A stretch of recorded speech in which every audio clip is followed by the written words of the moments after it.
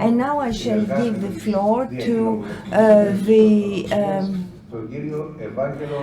Vangelis Paras of the I.A.O.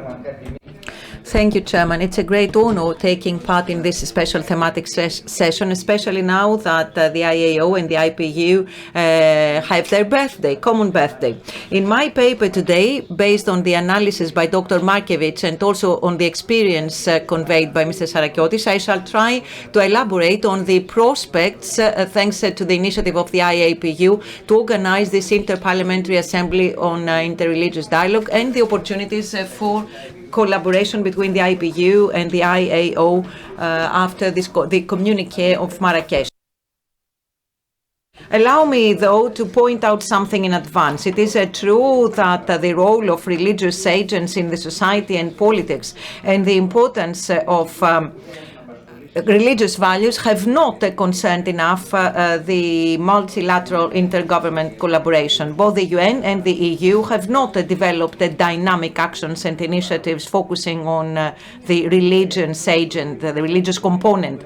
The same conclusion is derived from the study of around 120 international parliamentary institutions that are active worldwide in an attempt to map the interparliamentary interest on religious topics. We find out that most interparliamentary institutions are very rarely engaged with such topics, or only in a piecemeal way.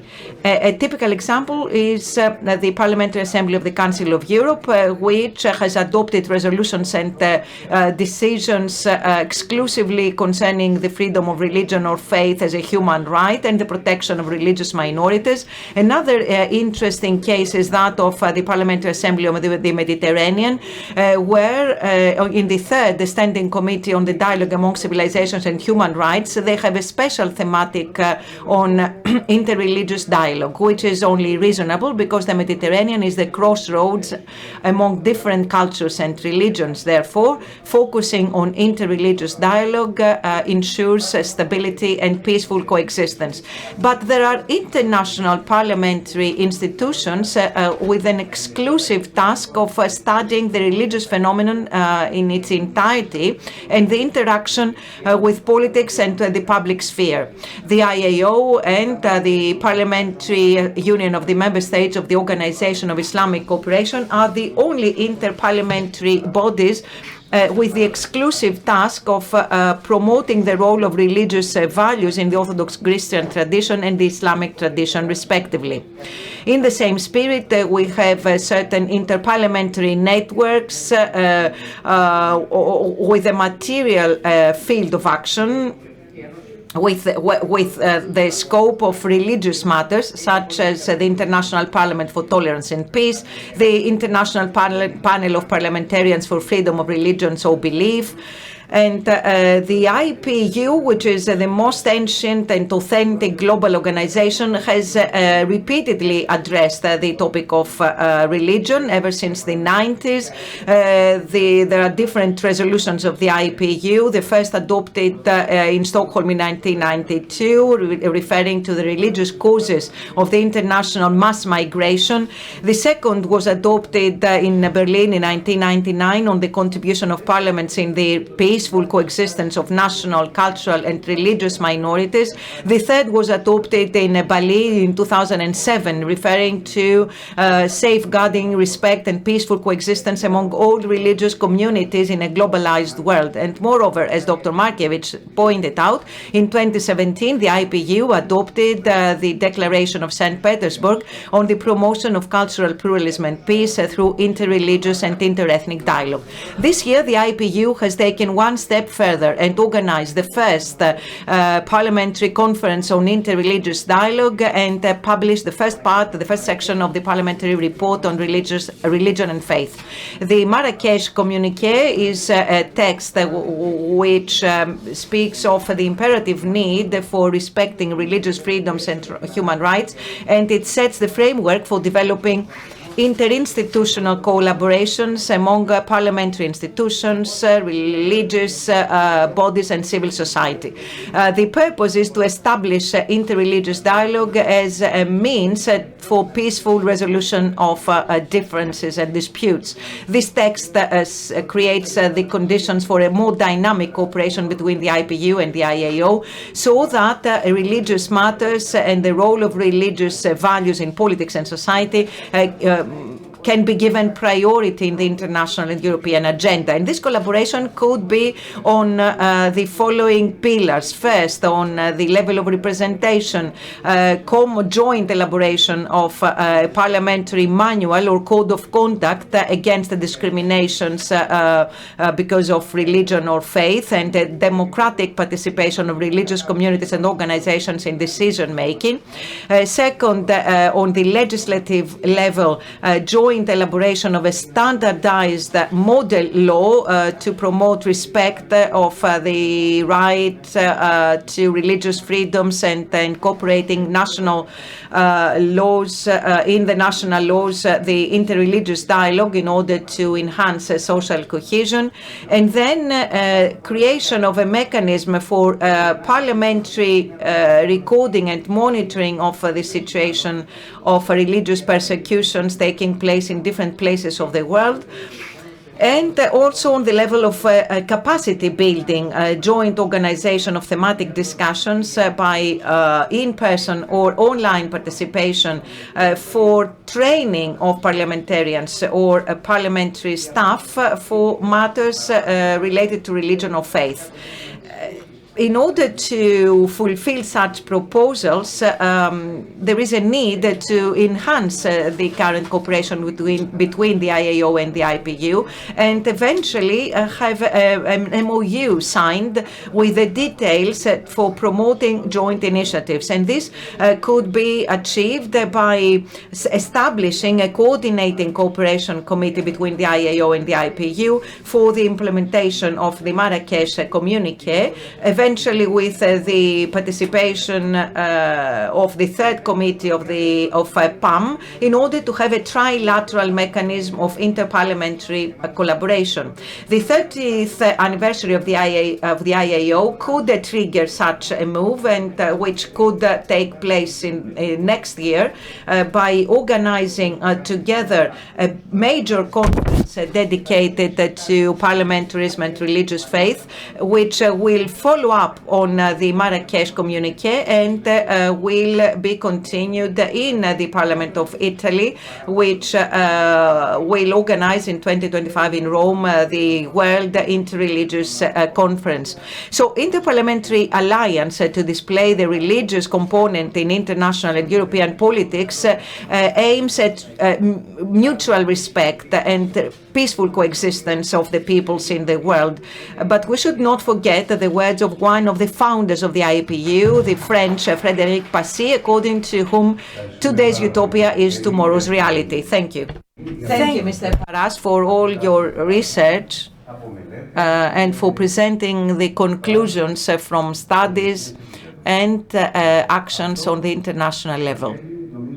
Well, Vangelis, I think this could contribute positively. I mean, the outcome of your research could offer a lot to the Secretariat and the advisors, so that we can all together establish the necessary requirements for the implementation of our programs. And now, remotely, by video conference, we shall connect with Mr. Vincent Tepeigne, who is the coordinator of the European Committee for Relations with the Churches.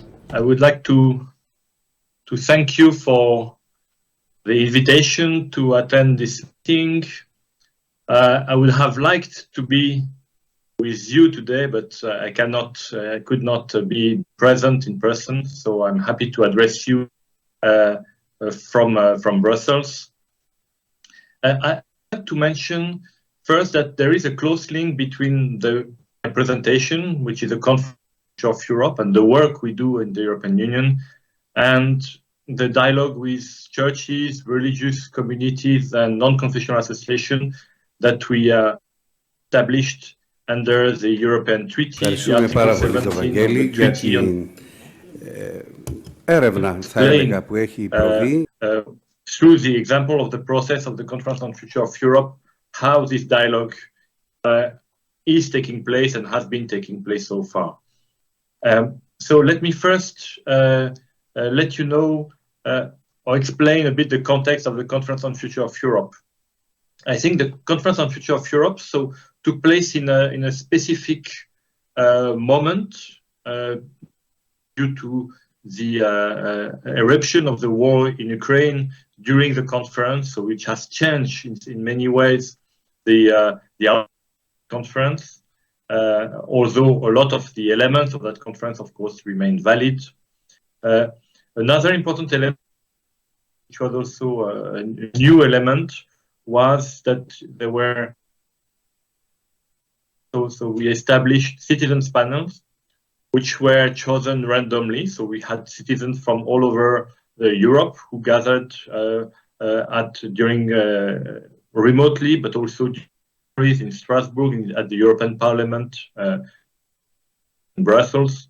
So this was an innovative experience, which was, I think, very productive and that will continue.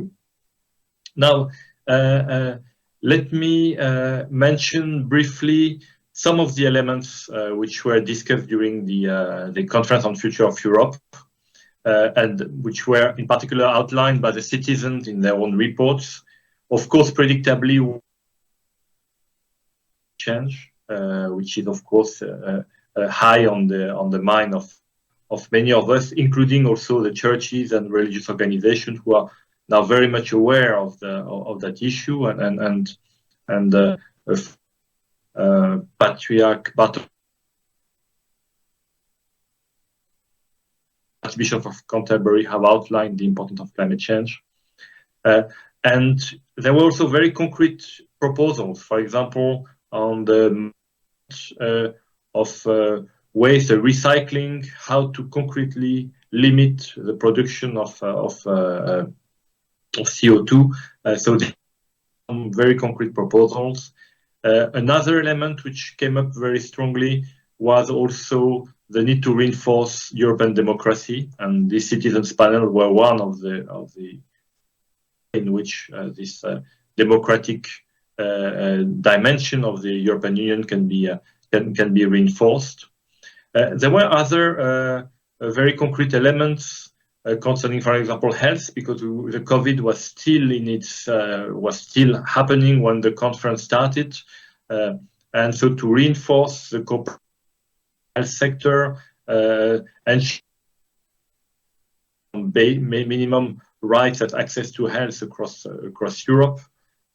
So these were some of the issues which were discussed during, and some of the elements which were also and which have become much more evident since the start of the war in Ukraine. For example, energy independence, the need to have alternative energy sources, the need to reinforce the foreign policy, the engagement with third countries, and this in particular development policy. And this is outlined by also many of the churches and religious organizations. So these were elements which were discussed during the Conference on Future of Europe, which was overall very productive because it gave some concrete proposals and you had this citizen involvement. Now I would like to turn to churches and religious organizations in the process. First, as I mentioned, we have an Article 17 dialogue, so an article in the treaty which establishes dialogue. And we had a high-level meeting between churches, religious association, non-confessional association with Vice President Skinas, who is in charge of the dialogue at the European Commission, and Vice President Switcha, who was the Vice President and who is still the Vice President in charge of the Conference on Future of Europe.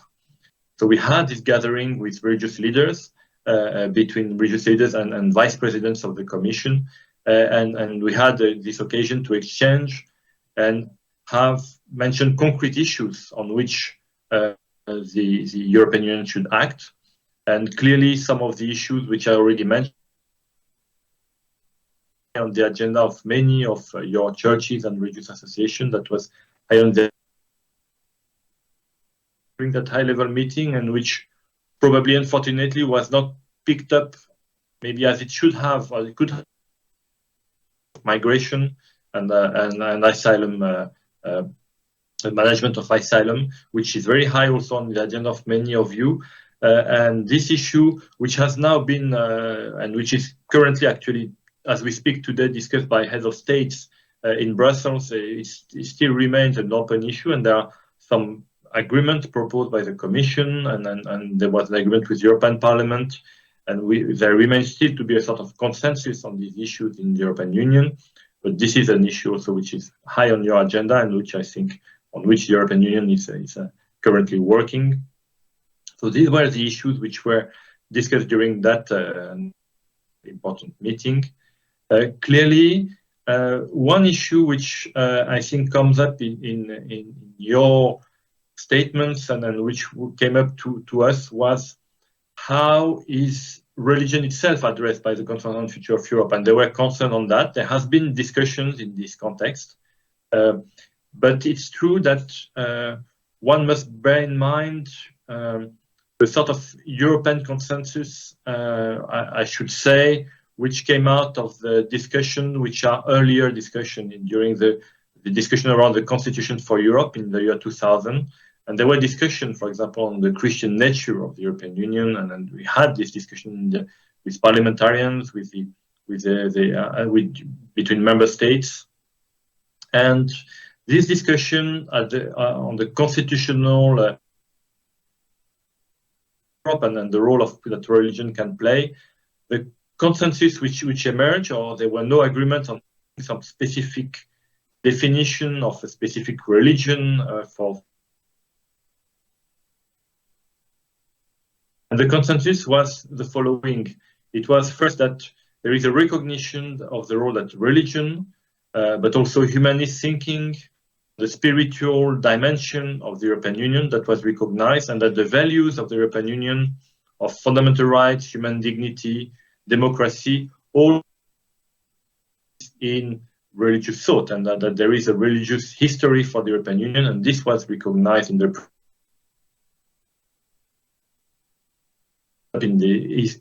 Treaty of Lisbon.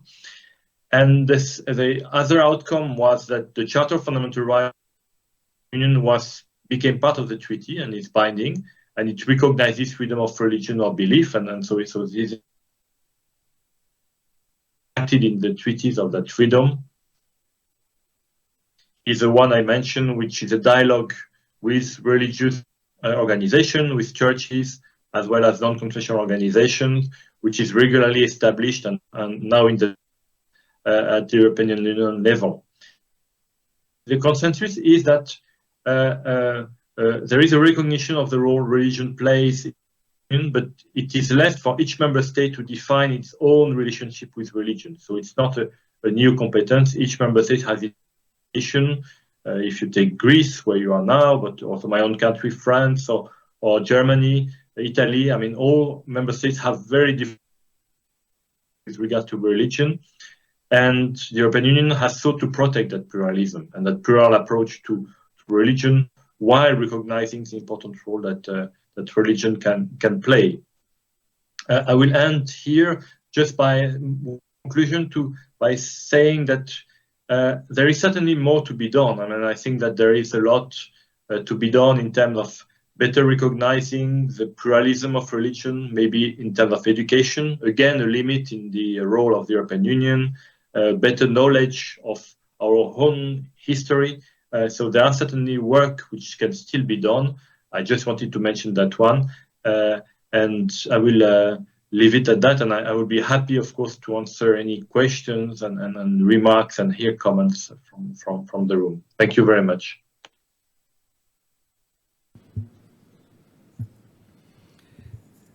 Thank you very much, Mr. Depeng. Yeah, it's true we had a problem with the sound. The connection was not good, but his speech was very important. I don't think we can take questions because we have a different type of discussion and dialogue here today. So please allow me to give the floor to the professor of the Aristotelian University of Thessaloniki, Mr. Christos Tsironi. He's a professor of sociology. Thank you, Chairman. My warm thanks to all members and the organizing committee of the I.A.O, especially Advisor Mr. Mygdalis, for the honor and pleasure of being with you today. The title of my paper is Values, European Union and Christian Legacy, A Future for Europe. The speech that the speaker is reading out has not been given to the interpreters. We will do our best. The European Union describes itself as a political community of values and identifies these values: respect for human dignity, freedom, democracy, equality, rule of law, and respect for human rights. All this is placed in a broader context that preserves the pluralism of national traditions, non-discrimination, tolerance, justice, solidarity, and equality.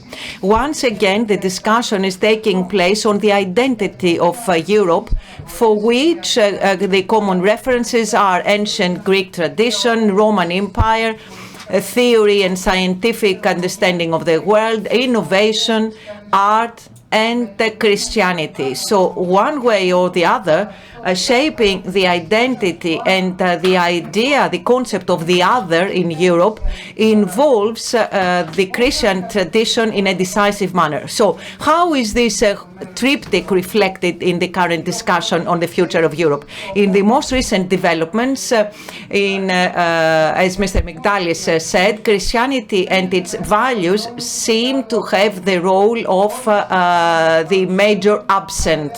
So everyone senses its presence, but he never appears on stage. So European values or values of the European Union, limits in the discussion for the future of Europe. The paradox of the EU lies in the fact that the religious component is very important in its foundations, but at the same time, there is an effort to disconnect from the traditional world and the pre-modern roots of the religious minorities. Monuments and streets of Europe bear witness to the role of religious reference in building the European locus, in the sense of the European culture, as a multi-level field of processes. It is known at the same time that there is many people, philosophers, politicians, artists, educators, who have left their footprint on the European history.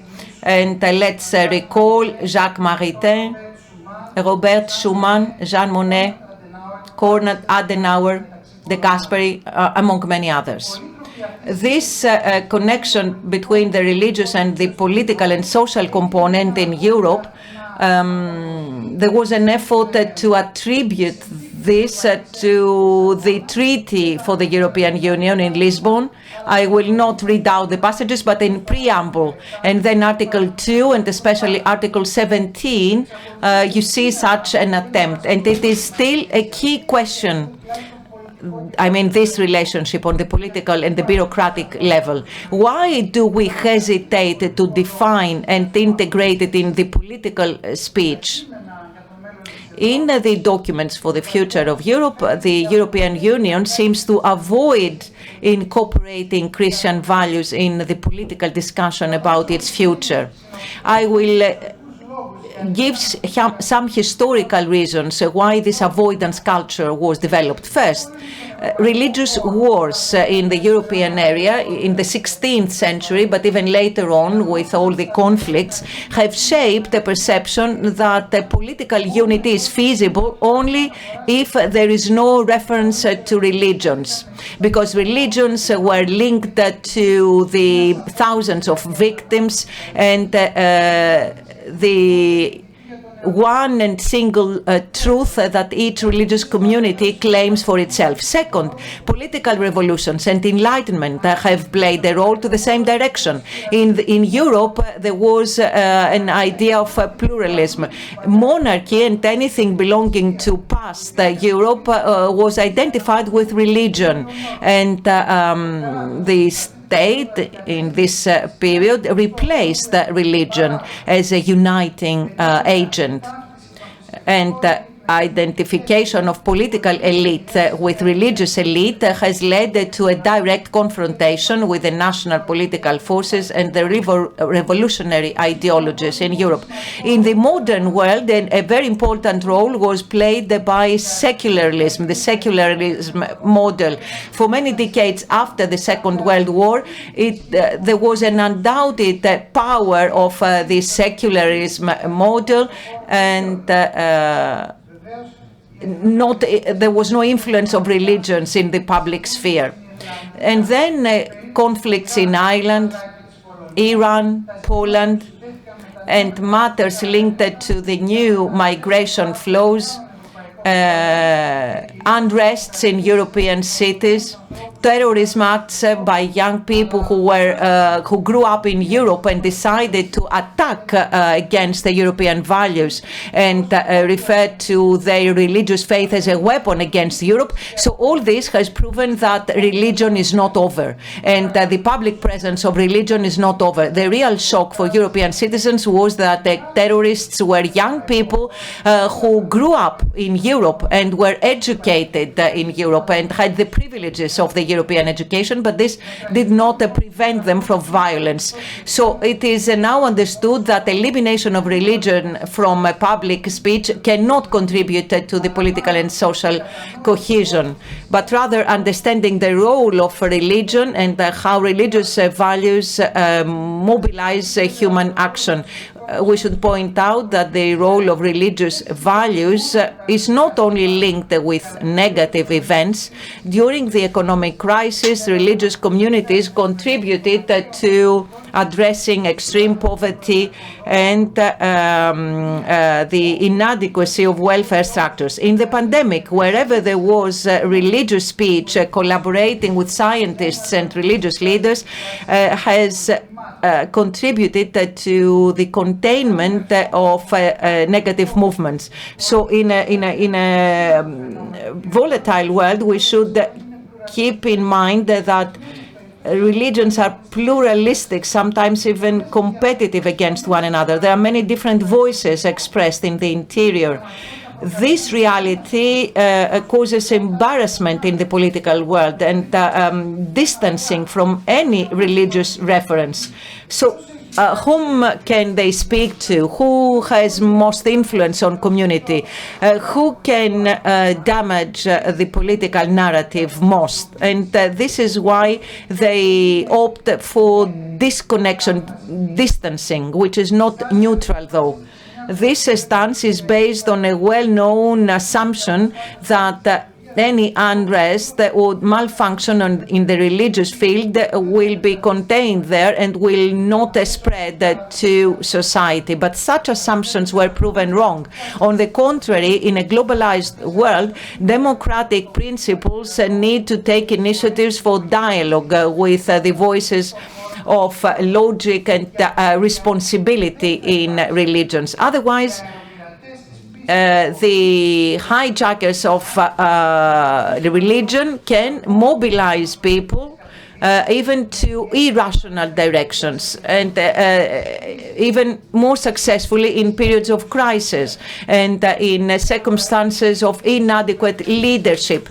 And something that we need to clarify here, dialogue can take place only if some rules are observed. Religions can participate in the context of parliamentary democracy, rule of law, and the achievements of the modern world. Such principles protect the political powers from attempts to violate the democratic principles with reference to religious foundations, but at the same time they protect religious communities against exploitation or instrumentalization.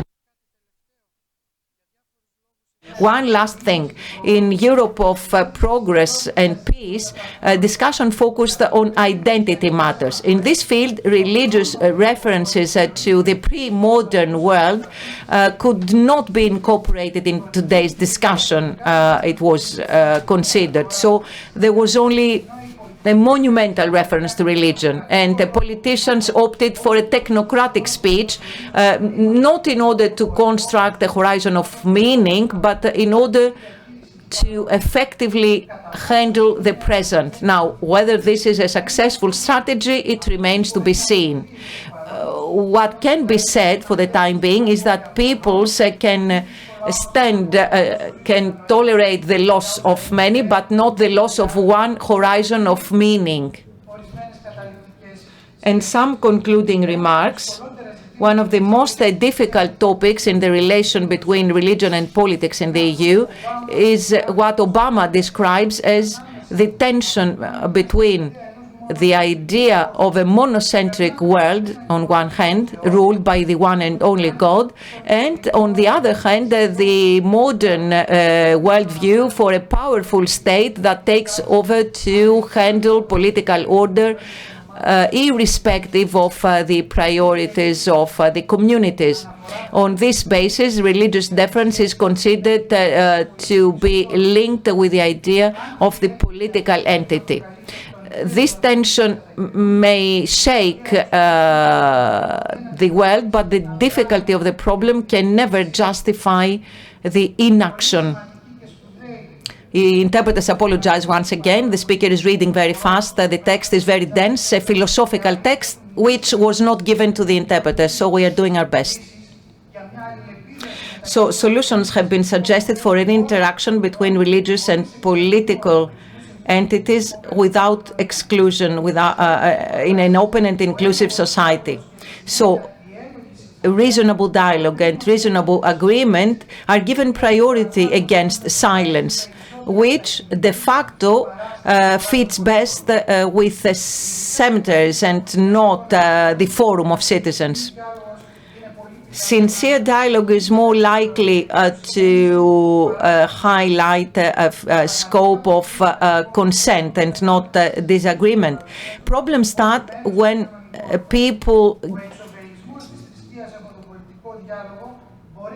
send religion out of the political dialogue, which may be convenient for those who do not want to involve in a difficult discussion for the future of Europe, but it is negative for the future because it creates a free area of action for extreme elements and enemies of democracy and the rule of law. Distancing of religions from the public sphere will not eliminate religious phenomena and problems as some would expect or desire, but it is one of the main factors motivating actions for people who move outside the idea of the European Union.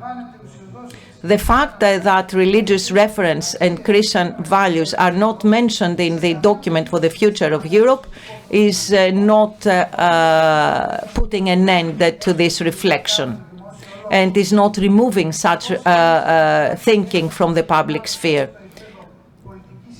Unfortunately, the argumentation on this matter prepares the discussion in the context of an anti-democratic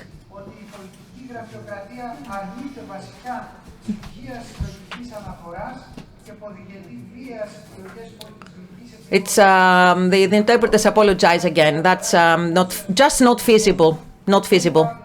A philosophical text and reading out extremely fast. We have not been given the text. Sorry.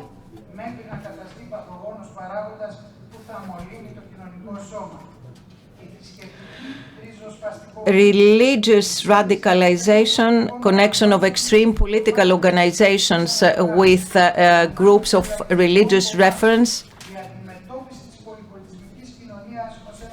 multicultural society as a field with identity exclusivities and identification of groups with a specific religious identity lead to polarization.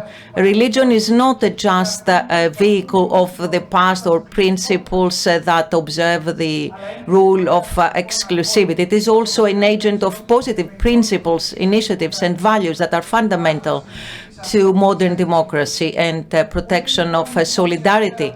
So public sphere should not be identified with an anti-religious reference, and religious reference is not one single phenomenon of homogeneous manifestations and values. Can we foresee the future of Europe if we do not seek the soul of Europe in all its strength? How can we understand the dynamic diversity of Europe if we do not recognize the religious ethical component in the welfare state?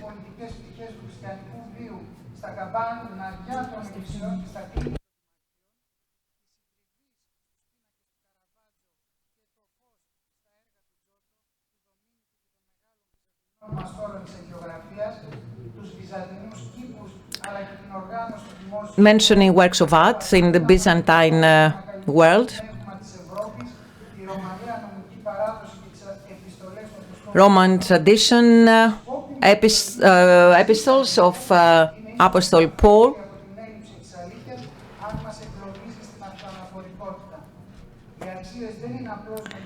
values are not just the intellectual ideas that we handle verbally, but it is also a reflection of a way of life.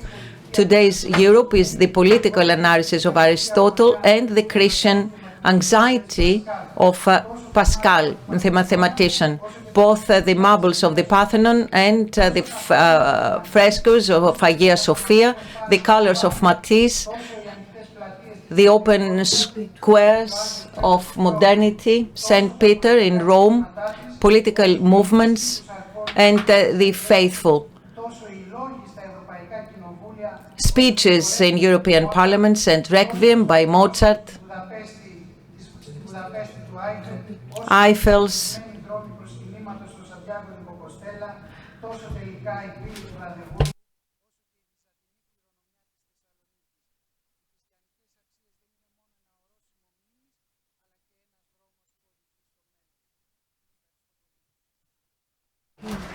apologies from the interpreters again, it was just a mission impossible for us.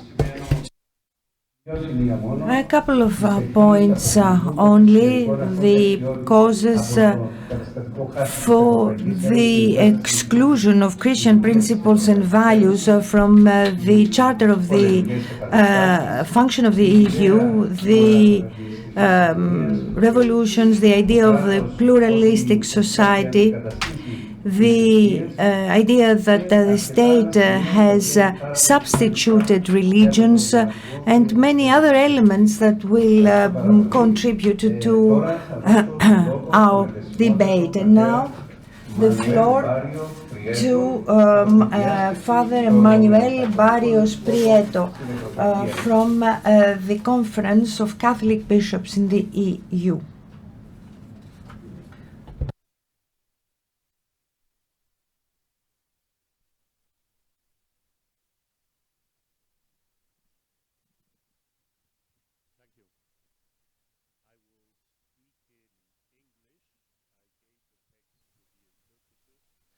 Though I made a few changes according to how this meeting has proceeded, but I'll follow more or less the text that I gave to the interpreters.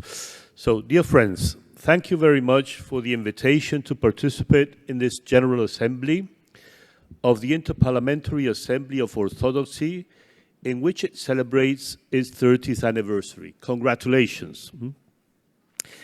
It is also very nice to be in this place, Chalkidiki, I certainly don't pronounce it very well, with as many memories and its significance for our continent and Christianity. Aristoteles was just mentioned, Mount Athos, the Holy Mountain, Thessaloniki, with all its significance in the history of Europe. I greet in a special way the Secretary General, Dr. Maximos Charakopoulos, thanking him for the invitation, and all the religious and civil authorities present here today.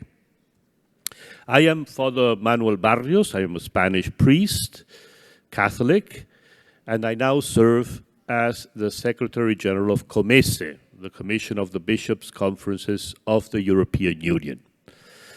COMECE was created in 1980 as an official representation of the Catholic Church in the member states before the European Union, with the mission of maintaining a regular dialogue with the European institutions and following closely the European integration process. It has its Secretariat in Brussels, where there is a staff of experts that follows closely the EU policies in the areas that are of interest to the Church and are competence of the EU, such as legal affairs, social and economic affairs, external action of the EU, migration and asylum, religious freedom, ecology, agriculture, energy, culture and education and youth, ethics, research and health. So these are the policy areas that the group of experts, our policy advisors that form the Secretariat of Committee follow on a daily basis. I have also been asked, and this is for me an honor, by the Secretary General of the Conference of the European Churches, KEC, my dear friend Jürgen Skov Sorensen, Dr. Jürgen Skov Sorensen, to represent also in this meeting here in Greece this institution, KEC. As we know, KEC is a fellowship bringing together 113 churches from Orthodox, Protestant, and Anglican traditions from all over Europe. KEC celebrated 2 weeks ago its General Assembly in Tallinn, Estonia, to which I was also kindly invited, electing the new presidency and elaborating the new strategy and vision for the coming 5 years. And as I think you know, this is for us also something very important. We work together very much, KEC and COMECE. And we work closely together as institutions that represent the majority of churches in Europe to give a contribution to shaping the future of Europe through dialogue, advocacy, and common action. I have to say that I don't agree with what Dr. Karas has just said, that we are flirting with the EU institutions. Our role is to have a frank dialogue, advocating for our values and concerns. Sometimes this dialogue is more diplomatic and takes place behind closed doors. Sometimes this dialogue is more explicit, more open. Sometimes it becomes also a confrontation, as possibly you also know if you follow COMECE in the press. Possibly I would say a difference between my view and that expressed previously by Dr. Karas is that I think that more important than an explicit mention is made of Christian values as Christians, I think it is more important that these values are present in EU policies, even if they're not explicitly mentioned as Christians. And these values are the ones that we have in the board in front of us or behind the presidency, those values that are written there. Solidarity, justice, democracy, rule of law, otherness, and this is a very important concept, human rights, protection of the most vulnerable.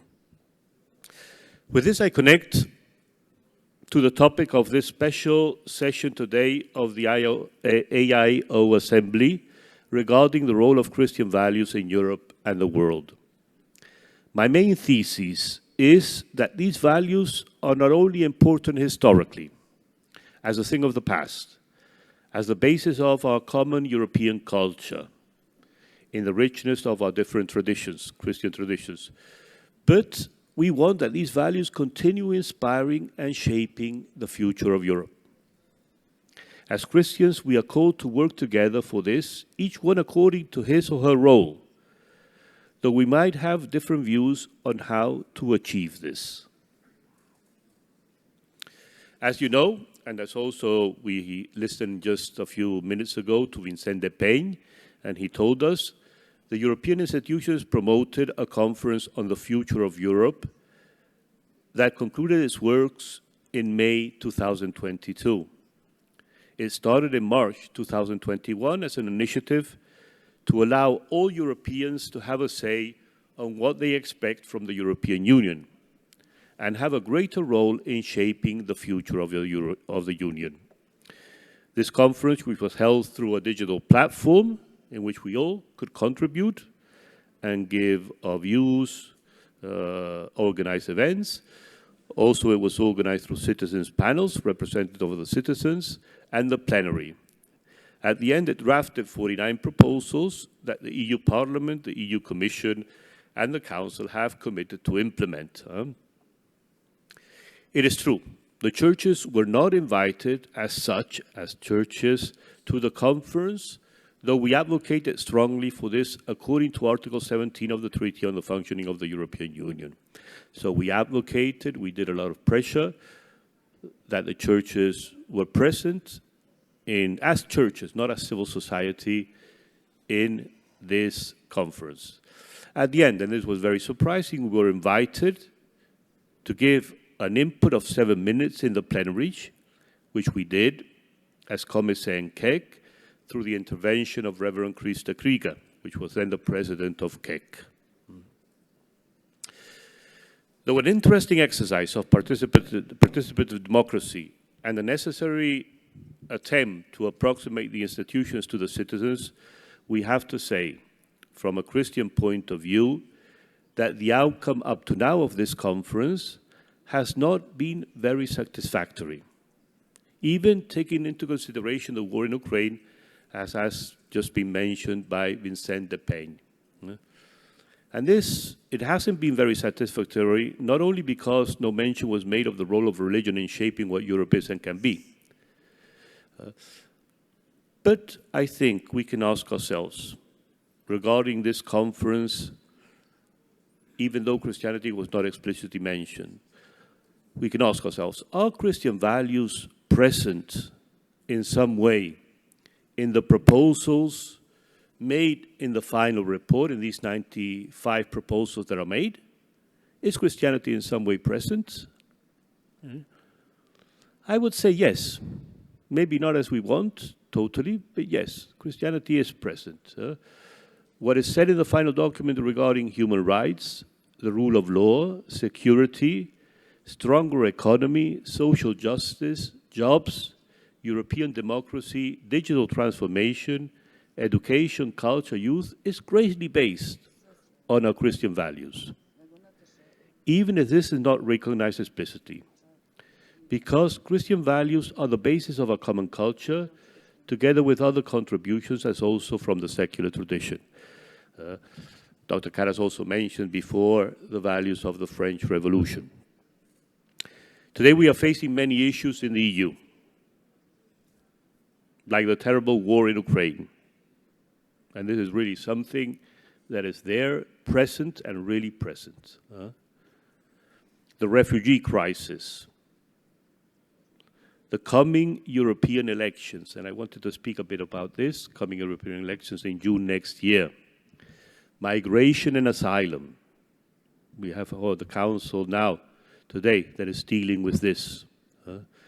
Human trafficking, ecological transition, demographic changes in many of our countries, migration in European, inter-European migration, religious freedom, protection of Christians outside the EU, protection and respect for our places of worship, partnership with Latin America and the Caribbean, the place of Europe in the world, as we know, in this difficult geopolitical context, artificial intelligence, also issues that are important for the Catholic Church, like abortion, end of life, family law. And we have to say, we are facing these challenges in a context of strong secularization and of weakness of our churches. In Europe today, many have lost memory of Christianity. They don't know even what Christianity means, what being Christian means. There is a great religious illiteracy also in policy making. There is a loss of faithful in the churches, and the average age of churchgoers in many countries in Europe is high and is growing. I think it is also true what Dr. Karas says in its concept note that he sent us for this meeting, that we can observe some circles at the heart of the European Union's decision-making centers that are enabled to conceive this irrefutable truth of the importance of Christian values. He says, Dr. Kara says, over the course of time, their actions seem to be driven by obsessive ideas, resulting to the exclusion of any reference of the Christian dimension of our common European culture. This is true. There are centers of European making policies that are contrary to the presence of Christian values, and this we have to acknowledge. So we have to recognize that as churches we are debilitated. The Catholic Church by a very sad sexual abuse crisis that has made us lose our credibility, and I think the Orthodox Church by the great division inside between the Ecumenical Patriarchate and the Patriarchate of Moscow, and this has been increased with the war in Ukraine. So we're facing these challenges from a debilitated position as churches. So, concluding, what are we called to do as Christians, as churches, to give our contribution to the future of our continent? Above and beyond the Conference on the Future of Europe, that was just an event. What can we do as Christians and churches to give our contribution to the future of Europe, also as politicians? I would say, I will give just 4 suggestions, or 5. We have to work more, and I would say, put more commitment into the unity of Christians, Christian unity. Our divisions as Christians debilitate us, and they are a counter-witness to the truth of the gospel. So these divisions that we have between Christians really makes us very, very fragile in our witness.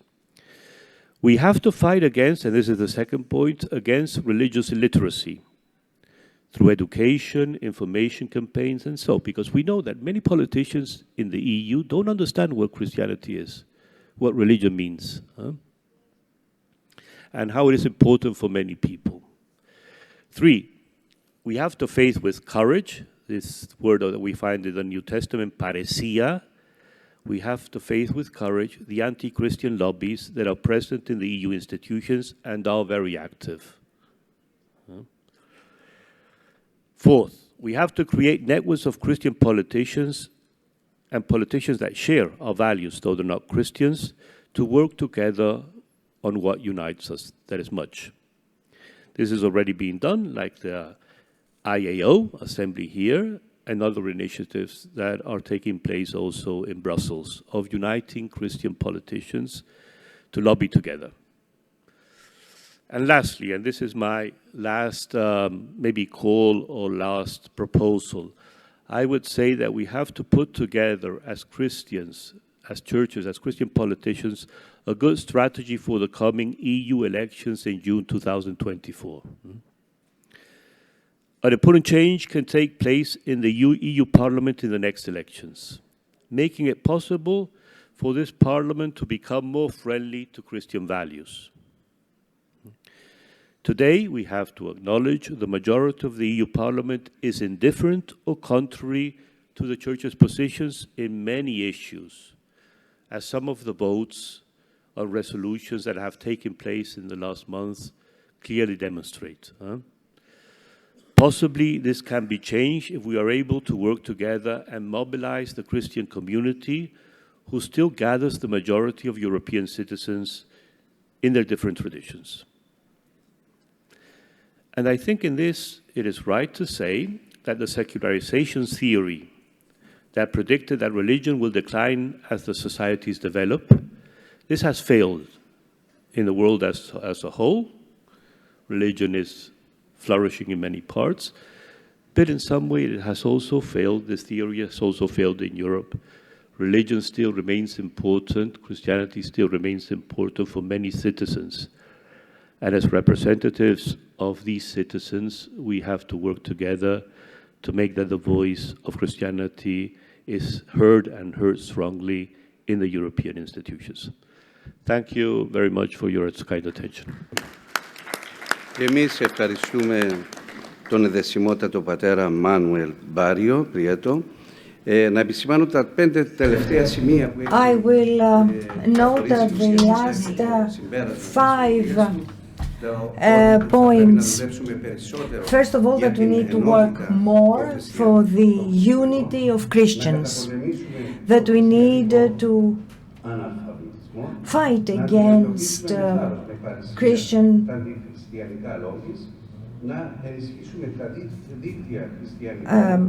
lack of illiteracy,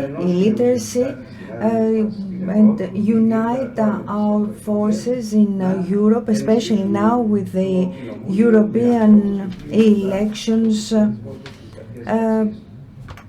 reinforce the European Parliament. At this point, we need to have a 20-minute break, and we shall begin again at 12:30. There are many speakers listed, and others have asked for the floor, so I shall kindly ask you to be as brief as you can. Thank you.